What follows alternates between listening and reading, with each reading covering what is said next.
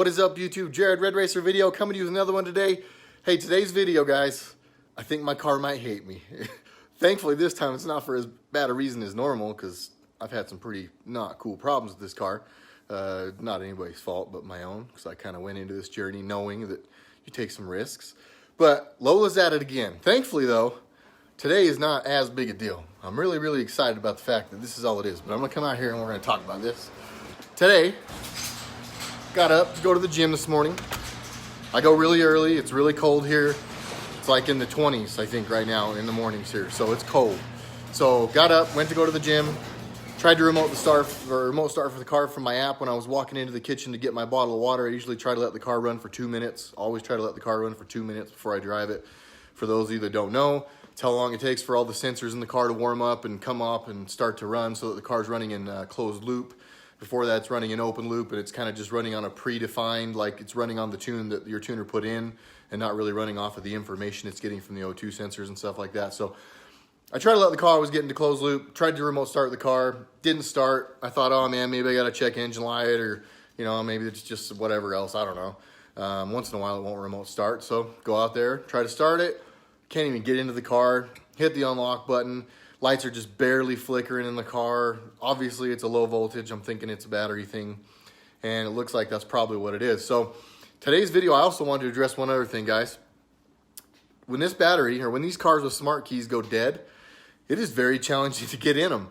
My stupid self put my jumper, because I have a nice little like battery jumper thing I bought from Sam's Club. It's actually pretty cool and pretty strong, a lot stronger than I thought it would have been, but it was in my trunk.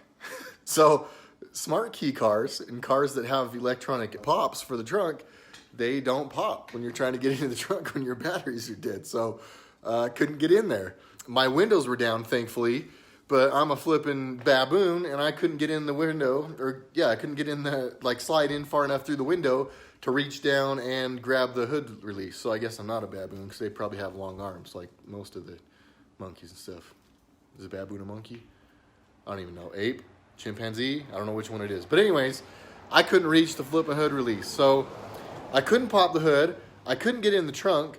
And I don't know if you guys have ever tried to pull your key out of your key fobs on the smart key cars and like pop the little cap off. Here, I'm going to show you guys this. Hold on, let me flip this camera around. So I don't know if you guys have ever tried to do this, but on a car with a smart key, the way that you get into it when your battery's dead is by taking your key and putting it up inside of this hole and prying this cap off. Oh, sorry. And prying this cap off, and then you can use your key in the door to open the door like a normal key, right? So I tried doing that, and I'm here to tell you it doesn't work very good. It doesn't work very good at all. The whole handle looked like it was going to pop out of the door before that cap came off, and I'm really OCD about stuff. I didn't want to scratch that. I was trying to use microfiber towels around the key. I even got to a screwdriver, a flathead, and tried to pry it up there and get it off, and I just got to the point where I didn't feel like I wanted to do that anymore. So thankfully, I had another good idea, and I went in and I got my daughter, and I went and I put her through my window and sat there and explained to her where the hood release was, and good job, baby. She just turned 5 yesterday, so she's very smart 5-year-old in my opinion. But she was able to find the hood release and pop the hood for me. So after she did that, I was able to get the car and pull my cruise and pull up and get some voltage in the car to where I could pop the trunk.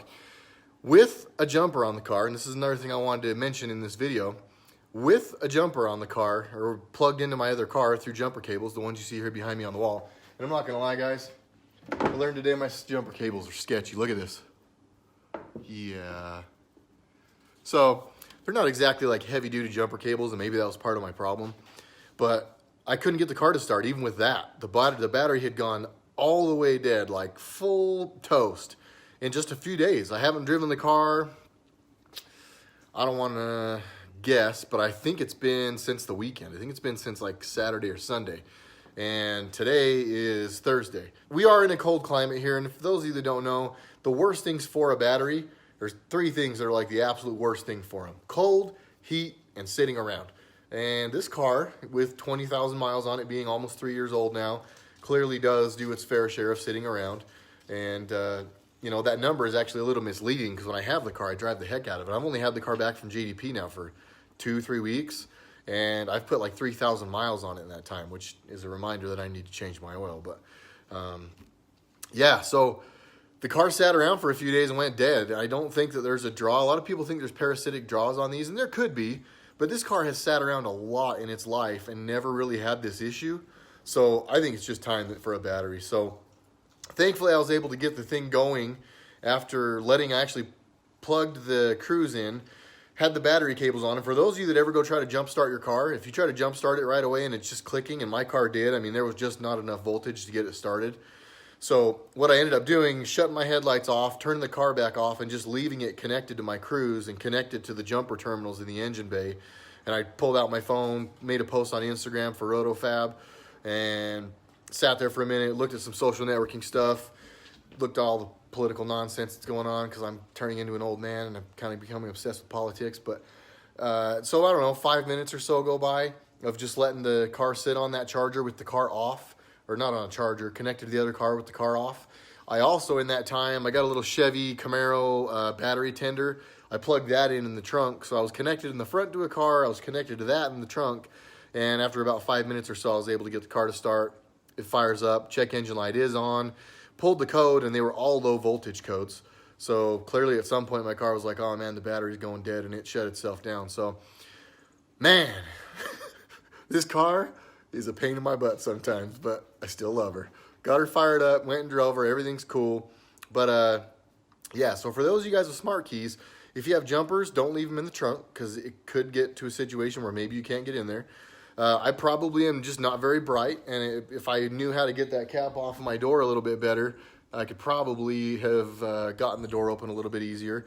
Having said that, even if I did do that, I wouldn't have been able to pop the trunk to get my jumper out. I still would have had to open the hood, connect power in the front, to then pop my trunk to then get my jumper out. So, I don't know. Smart keys are really cool. I love just walking up in my car and getting in it, but I really don't like it when a battery goes dead, because it presents some new challenges that are kind of annoying. So, one more thing I wanted to tell you guys about a dead battery in a car. If you get a dead battery in your Camaro and you're still under warranty, which I am, and for those of you that like freak out about, oh, my warranty's going to be voided. All right, listen, guys. If my engine, this is not a normal engine, okay? If this engine blows up, and for those of you guys that don't know, it did at one point. We did push a little hard, and we found out that the stock bottom end LT1s are not humongous fans of boost. But if I were to go to GM and try to have them warranty an engine on this car, I'm realistic. That's probably not happening. But they don't blanket warranty or blanket void your whole warranty because I've got 929 wheel horsepower. Called my guys down at the dealership, and I won't say their name, just keep them out of trouble just in case. But I just said, hey, man, you know, he knew, it's my buddy. He knows who I am. And I just said, am I going to have a problem getting this battery warranted? He said, as long as it's a factory battery and it's still under the factory warranty, no, I'm not going to have any problems. So, something to think about. If your cars are going to sit around, if you guys are in hot, cold climates, batteries sometimes can only last 3 years. The procedure for getting your battery warranty, guys, they've got to run, and he told me it could take like hours, because they've got to run charge tests on the battery and get it all the way up to peak charge, and then watch how long it holds the charge. And so to go down and get my battery warranty at the dealership, they're telling me it's going to be like a 2 to 3 hour ordeal to get a battery warranty. What are you going to do? It's better than paying $229 for a battery. So we will head down to the dealer today. We will get the battery replaced under warranty, hopefully. Hopefully the battery does its job. Thanks for watching, guys. That's it. Be watching for new ones. As always, please like, share, subscribe. Hit the bell next to subscribe if you're not already subscribed so you get notifications. We got a lot of new stuff coming up, guys. Lots. Got a bunch of stuff in the works. Keep your eyes open, guys. Thanks for all the support. Thanks for all the hate, too. I've gotten a little bit of that recently. I don't know why. People just want to talk crap, knock people down, just take little jabs at them.